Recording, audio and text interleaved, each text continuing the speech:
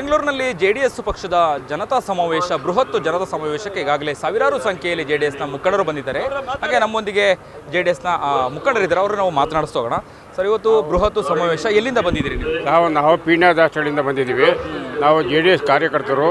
ನಾವು ಇವತ್ತಾಗಲೇ 25 ವರ್ಷದಿಂದ ನಾವು JDSನ ಕೆಲಸ ಮಾಡ್ತಾ ಇದ್ವಿ. ಇವತ್ತು 2ನೇ ನಮ್ಮ MLAನ ಒಬ್ಬ JDSನವ್ರನ್ನ ನಾವು ಗೆಲ್ಸ್ಕೊಂಡಿದ್ದೋ ದಾಸಹಳ್ಳಿ ಒಳಗೆ. ಲಾಸ್ಟ್ ಟೈಮ್ ಒಂದು 5,000 ವೋಟಿಂದ ಮಿಸ್ ಆಯಿತು. ಈ ಸರಿ ನಮ್ಮ ದಾಸಹಳ್ಳಿಯಲ್ಲಿ ನಮ್ಮ JDS MLAನ ಸದಾಗತ ಗೆಲ್ಸ್ಕೊಂಡು ನಾವು ರಾಜ್ಯ ಕೊಡ್ತೀವಿ.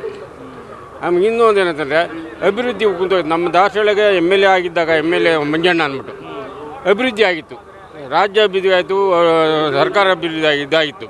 ಆ ಕಾರಣದಿಂದ ಇವತ್ತು ಅವ್ರನ್ನ ಗೆಲ್ಸ್ಕೊಂಡು ನಾವು ಮುಂದೆ ಕೆಲಸಗಳು ಮಾಡಿಸ್ಕೊಬೇಕು. ಇವತ್ತು ನಗರಾಭಿವೃದ್ಧಿ ಒಳಗೆ ಯಾವುದು BBMP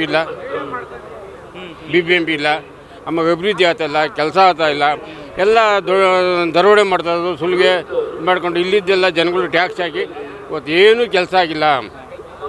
ಇವತ್ತು ಪ್ರತಿಯೊಂದಕ್ಕೂ ಟ್ಯಾಕ್ಸೇ, ಮನುಷ್ಯನಿಗೊಬ್ಬ ಟ್ಯಾಕ್ಸ್ ಹಾಕ್ಬೇಕು ಅಷ್ಟೇ ಹೊರತು ಎಲ್ಲ ಮಾಡ್ಕೊಂಡು ಹಾಳು ಮಾಡಿಬಿಟ್ರೆ ಈ ಸರ್ಕಾರ ಆದಷ್ಟು ಜಲ್ದಿ ಹೋಗಿ ಪ್ರತಿ ಬೇರೆ ಸರ್ಕಾರ ಬಂದು ಜನಗಳು ಅಭಿವೃದ್ಧಿ ಮಾಡಬೇಕು, ರಾಜ್ಯದ ಕೆಲಸ ಆಗಬೇಕು, ರಾಜ್ಯ ಅಭಿವೃದ್ಧಿ ಆಗಬೇಕು. ಆ ಕಾರಣದಿಂದ ಇಂಥ ಸರ್ಕಾರ, ಕಾಂಗ್ರೆಸ್ ಸರ್ಕಾರ ಇವತ್ತವರೆಗೂ ಏನು ಕೆಲಸನೂ ಮಾಡಿಲ್ಲ. 3 ವರ್ಷ ಆಯಿತು. ಇದು ಫ್ರೀ ಕೊಟ್ಟಿದ್ದೀವಿ ಅಂದ್ಬಿಟ್ಟು ಯಂಗ್ಸ್ಗಳನ್ನ ಇವತ್ತು ಮನೆ ಬಿಡಿಸ್ಬಿಟ್ರು. ಯಂಗ್ಸ್ಗಳು ಕೆಲಸ ಮಾಡ್ತಾಯಿಲ್ಲ, ಮನೆಗಳಿಂದಾಗಿದ್ದ. ಆ ಕಾರಣದಿಂದ ಇವತ್ತು ಈ ಸರ್ಕಾರ ಹೋಗ್ಬೇಕು. ಸರ್ಕಾರದವ್ರು ಹೋಗೋವರೆಗೂ ಈ ರಾಜ್ಯ ಉದ್ಧಾರ ಆಗಲ್ಲ. ಅಲ್ಲ, ನೀವು ತುಂಬ ವರ್ಷದ ಅನುಭವ ಇರುವಂಥವ್ರು.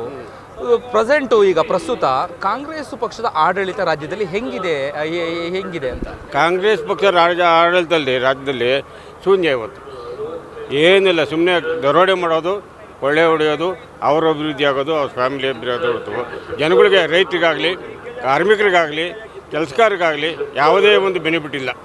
ಯಾಕಂದರೆ ನೆಕ್ಸ್ಟು ಮುಖ್ಯಮಂತ್ರಿ ಯಾರಾಗಬೇಕು ಅಂತ ಬಯಸ್ತೀರಿ? ಒಂದು ರಾಜ್ಯದ ಅಭಿವೃದ್ಧಿ ಆಗಬೇಕು ಅಂತ ಹೇಳಿದ್ರೆ ಮುಂದಿನ ಮುಖ್ಯಮಂತ್ರಿ ಯಾರಾಗಬೇಕು? ಇವಾಗ ಆಗಲೇ ಮುಖ್ಯಮಂತ್ರಿ ಅಂತ ಅನೌನ್ಸ್ ಮಾತಾದೆ ಕುಮಾರಸ್ವಾಮಿನ. ಆ ಕಾರಣದಿಂದ 2 ಸಲ ಕುಮಾರಸ್ವಾಮಿ ಮುಖ್ಯಮಂತ್ರಿಯಾಗಿ ಅಲ್ಪಾವಧಿಗೆ. ಆ ಕಾರಣ ಕುಮಾರಸ್ವಾಮಿ ಪೂರಾವಧಿಗೆ ಮುಖ್ಯಮಂತ್ರಿಯಾಗಿ ಈ ರಾಜ್ಯಕ್ಕೆ ಒಳ್ಳೆ ಆಡಳಿತ ಕೊಟ್ಟು, ರಾಜ್ಯದ ನಾವು ಜನಗಳಿಗೆ ಒಳ್ಳೆ ನೆಮ್ಮದಿ ಕೊಟ್ಟು ಒಳ್ಳೆಯ ಸರ್ಕಾರ ತರಬೇಕು. ರೈತರುಗಳಿಗೆ, ಜನಗಳಿಗೆ ಒಳ್ಳೇದು ಮಾಡಬೇಕು. ನಿಖಿಲ್ ಕುಮಾರಸ್ವಾಮಿ ಅವರು 3 ಬಾರಿ ಹ್ಯಾಟ್ರಿಕ್ ಸೋಲನ್ನು ಅನುಭವಿಸಿದರು. ಆದರೂ ಕೂಡ ಅವರು ಹಿಂದೆ ಸರಿಯದೆ ಇನ್ನೂ ಅದೇ ಹುರುಪಿನಲ್ಲಿ, ಅದೇ ಆಸಕ್ತಿಯಲ್ಲಿ ಸಂಘಟನೆ ಮಾಡ್ತಾರೆ ಪಕ್ಷವನ್ನು. ನೆಕ್ಸ್ಟ್ ಯಾವ ಕ್ಷೇತ್ರದಲ್ಲಿ ಸ್ಪರ್ಧಿಸಬೇಕು ನಿಖಿಲ್ ಕುಮಾರಸ್ವಾಮಿ ಅವರು? ಎಲ್ಲೂ ಒಲವಿದೆ, ಜನರು ಒಲವಿದೆ ಅಂತ. ಇವತ್ತು ನಿಖಿಲ್ ಕುಮಾರಸ್ವಾಮಿ 3 ಸಲ ಅನಾಸವಾಗಿ ಸೋತಿರೋದು. ಬೇಕಾಗಿ ಅಪೋಸಿಷನ್ ಪಾರ್ಟಿಗಳು ಅವ್ರನ್ನ ಸೋಲ್ಸೋಕ್ಕೆ ಕಾರಣ ಮಾಡ್ಕೊಡೋದು.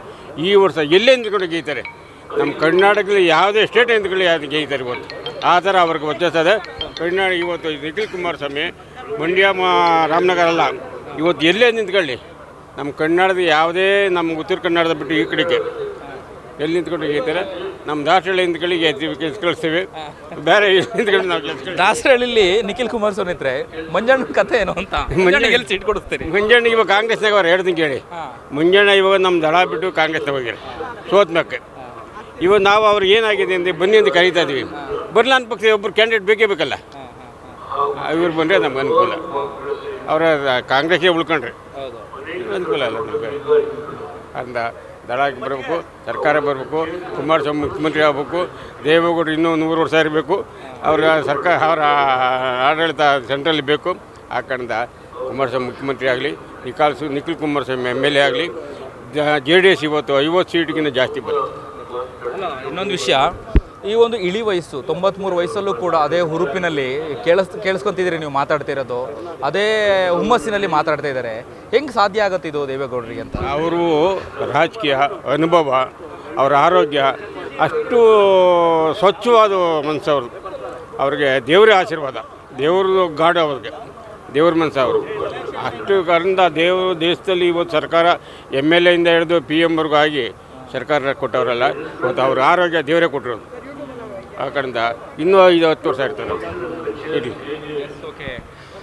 ಇದಿಷ್ಟು ಜನತಾ ಸಮಾವೇಶಕ್ಕೆ ಬಂದಂತಹ JDSನ ಹಿರಿಯ ಮುಖಂಡರ ಮಾತುಗಳಾಗಿತ್ತು. ಕ್ಯಾಮ್ರಾ ಪರ್ಸನ್ ಕೀರ್ತಿ ಜೊತೆ ಅಭಿಜಿತ್ ಗಣೇಶ್, ಕರ್ನಾಟಕ ಟಿವಿ, ಬೆಂಗಳೂರು.